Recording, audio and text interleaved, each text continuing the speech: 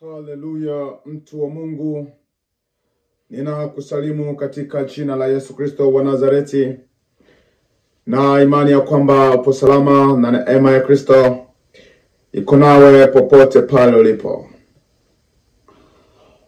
Leo naomba tuzungumzie swala ambalo imekuwa kama ni kero katika jamii zetu, na inakuwa kila panapoonekana kifo inasemekana kwamba wachawi wameloga, wachawi wameua, aswa kwenye jamii yetu ya Wabembe. Swali langu ni hili: hivi je, ni kila kifo ambacho kinamkuta mwanadamu yeyote kinasababishwa na Mungu ama shetani? Ama sababu ya kila kifo ambacho kinachotokea ni Mungu ama ni shetani ama ni mwanadamu mwenyewe? Bwana asifiwe sana. Najua hapa ni kitu ambacho imekuwa ni kelele, hasa wanaojiita vijana au wanaoitwa vijana wakifa, inakuwa ni kelele kwamba wazee wameua. Ngoja mimi nikwambie kitu kimoja. Sema kwamba wazee wameua, wazee wameua, wazee wameloga, familia imeloga. Wewe unayejiita kijana leo, kesho na wewe pia utakuwa mzee. Kwa hiyo usikasirike utakapoambiwa kwamba na wewe umeloga. Sababu unajua mashutumu yote ya watu endapo kama ni kijana tu amefariki, wanasema ni wazee wameloga, ni mababu waliloga. Lakini nataka nikwambie, na wewe pia unayejiita kijana ama mama leo, unapokuwa mzee, ukishutumiwa unavyowashutumu wengine leo, usilalamike. Sasa mimi naomba nikwambie kwanza katika utangulizi kitu kimoja. Kufa kama kufa ni kitu ambacho ni system ya kila mwanadamu. Ni lazima upite huko. Na ninashangaa kwa nini wanadamu tunasahau. Hivi kuna ambaye anajua njia yake ya kufa ni nani? Kuna ambaye anajua atakufa lini ni nani? Lakini kinachonishangaza sasa, swala la kifo linapotokea, watu wanaanza kuclaim na kulalamika kwamba wameloga. Nani ameloga? Fuatilia hili somo hili. Mimi naomba nikwambie neno gumu kidogo. Mtu yeyote akifa, wakulaumiwa wa kwanza sio yule ambaye, sio wale waliobakia, ni aliyekufa. Hilo ni neno gumu kidogo. Unaanza kushutumu mamaiti. Nimeshakwambia mtu yeyote akifa, wakulaumiwa kwanza ni yeye. Bwana vizana. Sijamaanisha kwamba kufa ni vibaya, lakini umekufaje? Umekufaje? Sasa naomba kwa hapa sasa, shetani naye amejipanga eti wewe unazungumza kifo. Sasa ngoja tukuoneshe. Hapana, sisi wengine sio kwa namna hiyo. Basi ngoja sasa nikuoneshe. Naomba nikwambie kwanza kitu kimoja. Hakuna shetani yeyote aliye na uwezo wa kumgusa mcha Mungu yeyote kama Mungu hajaruhusu. Hakuna shetani yeyote aliye na uwezo wa kumgusa mcha Mungu yeyote kama Mungu hajaruhusu. Kwa tafsiri ya haraka haraka, kinachomfanya shetani atuguse kiurahisi kumbe ni kwa sababu hatumchi Mungu. Nikusomea Ayubu sura yake ya kwanza ambapo 6 anasema, ilikuwa siku moja au wana wa Mungu walikwenda kujidhihirisha mbele za Bwana, na shetani naye akaenda kati yao. Bwana akamuuliza shetani, umetoka wapi wewe? Ndipo shetani akamjibu Bwana na kusema, natoka katika kuzunguka duniani na katika kutembea huko na huko humo. Kisha Bwana akamuuliza shetani, je, umemuona huyo mtumishi wangu Ayubu? Kwa maana hapana mmoja aliye kama yeye duniani, mtu mkamilifu na mwelekevu, mwenye kumcha Mungu na kuepukana na uovu. Ndipo shetani akamjibu Bwana akasema, je, huyu Ayubu yumcha Bwana bure? wewe umemzingira kwa ukingo pande zote, pamoja na nyumba yake na vitu vyote. Kazi ya mikono yake umeibariki, nayo mali yake imeongezeka katika nchi. Lakini nyosha mkono wako sasa, uyaguse yoyote alionayo, naye atakukufuru mbele zako. Bwana akamwambia Shetani, tazama, yote alionayo yamo mikononi mwako, lakini usinyooshe mkono wake juu ya yeye mwenyewe. Basi Shetani akaondoka mbele za uso wa Bwana. Nataka nikwambie, Shetani kama Shetani, au ambao mnaita kwamba wachawi yao kama wachawi, hawana uwezo wa kumgusa yoyote isipokuwa kama ilipitishwa kwenye meza ya Mungu, na Mungu ameruhusu hilo litokee. Sasa mimi kinachonishangaza, watu ambao wanasema kwamba walilogwa au wamejiloga wenyewe. Shetani alianza kutafuta sababu kwa Ayubu, hakuiweza. Hapo ndipo nataka nikwambie kwamba Shetani hawezi akaweza kutokeza chochote kwenye maisha ya Mkristo kama Mungu hajaruhusu.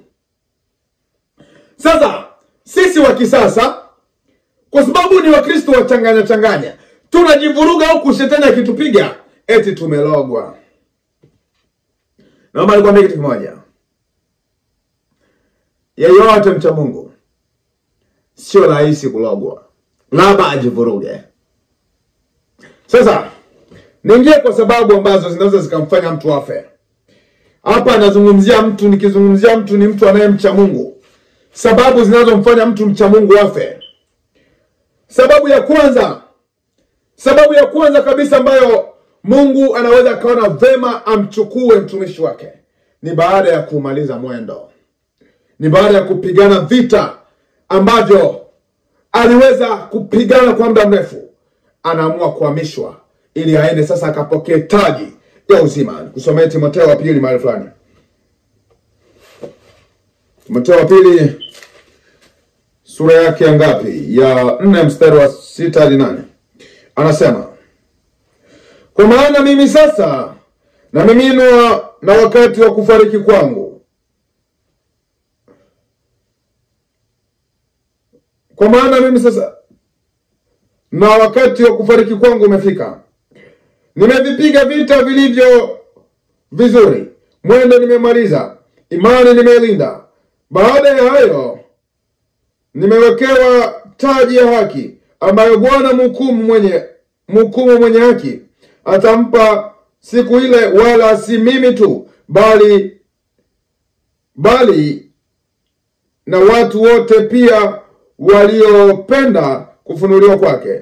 Jitahidini kuja kwangu upesi. Huyu ni mtume Paulo. Baada ya kupigana vita kwa namna nyingi, kwa muda mrefu, ameona sasa hapa muda wa kufa unakuja. Anasema, nimevipiga vita vilivyo vya kweli, mwendo nimemaliza.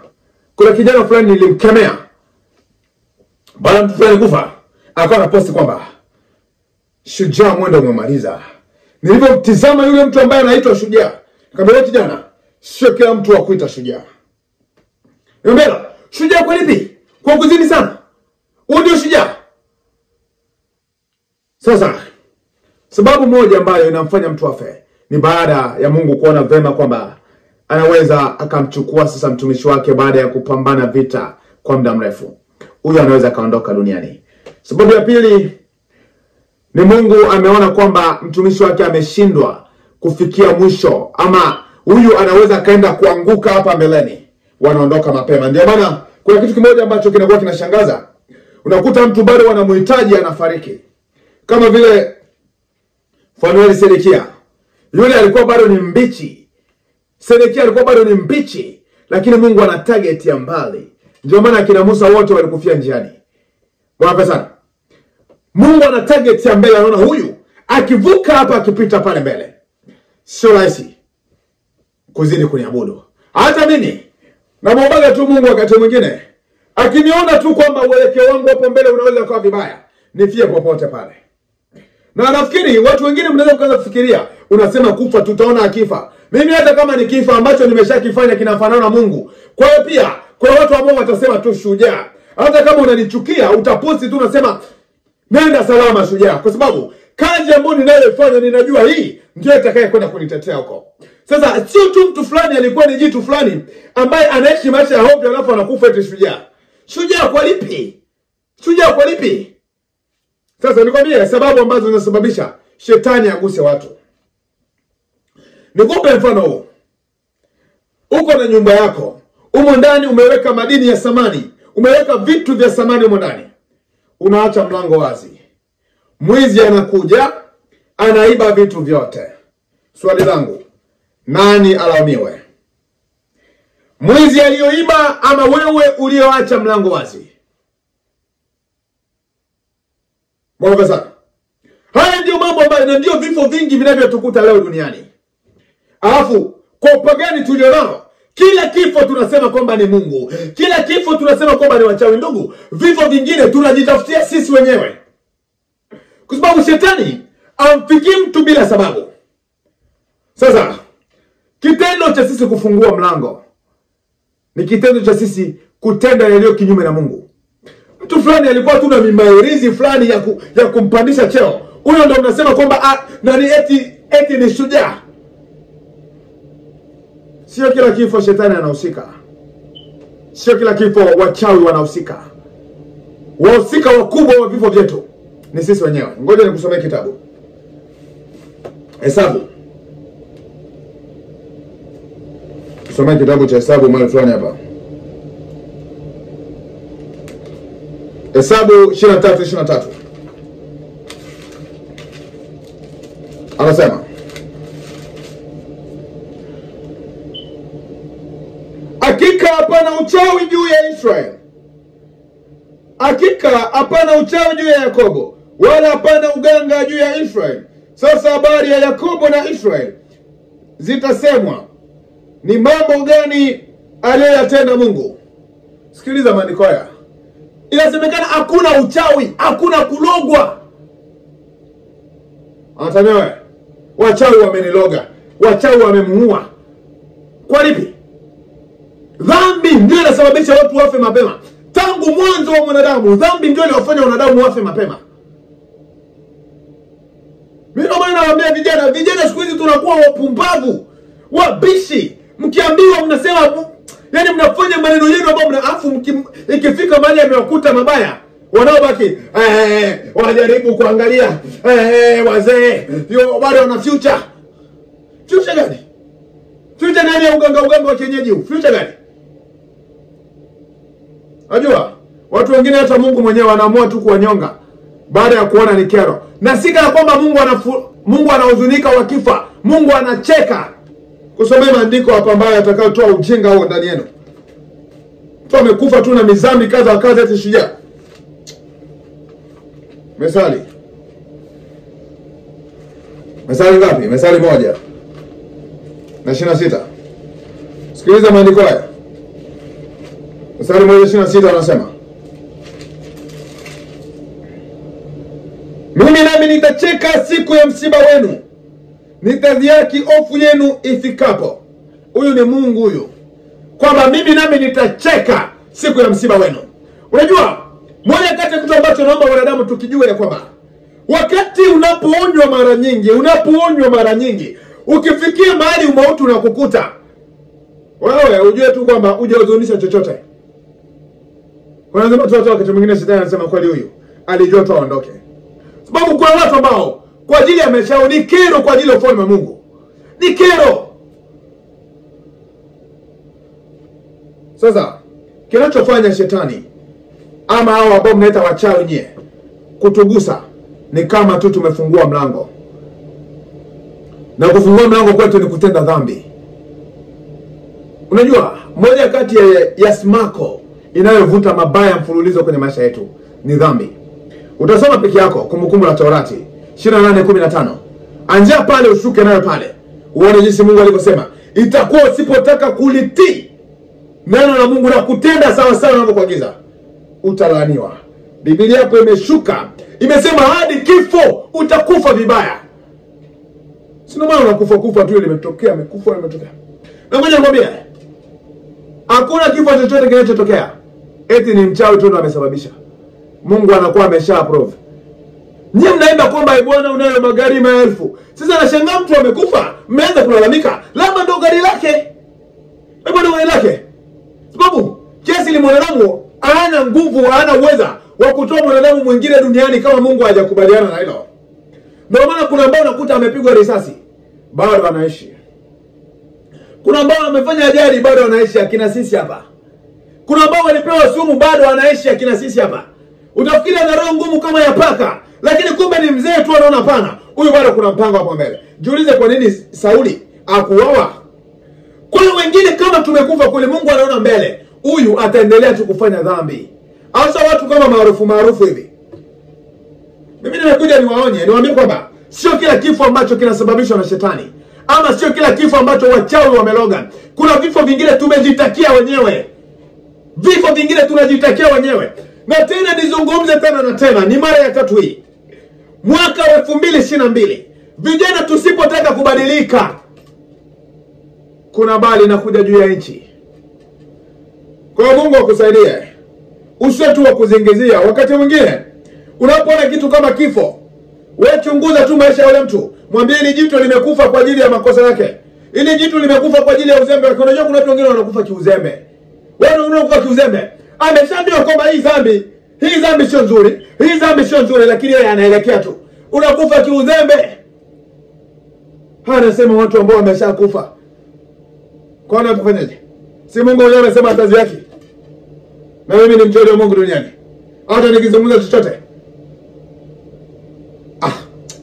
Basi, mimi niombe tunachunguza tu maisha yetu kila siku. Chunguza njia zako zichunguzwe. Maisha yako yachunguzwe. Sio tu wachawi. Wakati mwingine hata shetani mwenyewe mnamuonea. Narudia tena kusema, wakati mwingine shetani kabisa mnamuonea. Kwa sababu sio kila kifo ambacho shetani amesababisha ama wachawi wamesababisha. Vifo vingine tunakuwa tunajiloga sisi wenyewe. Mungu akubariki sana.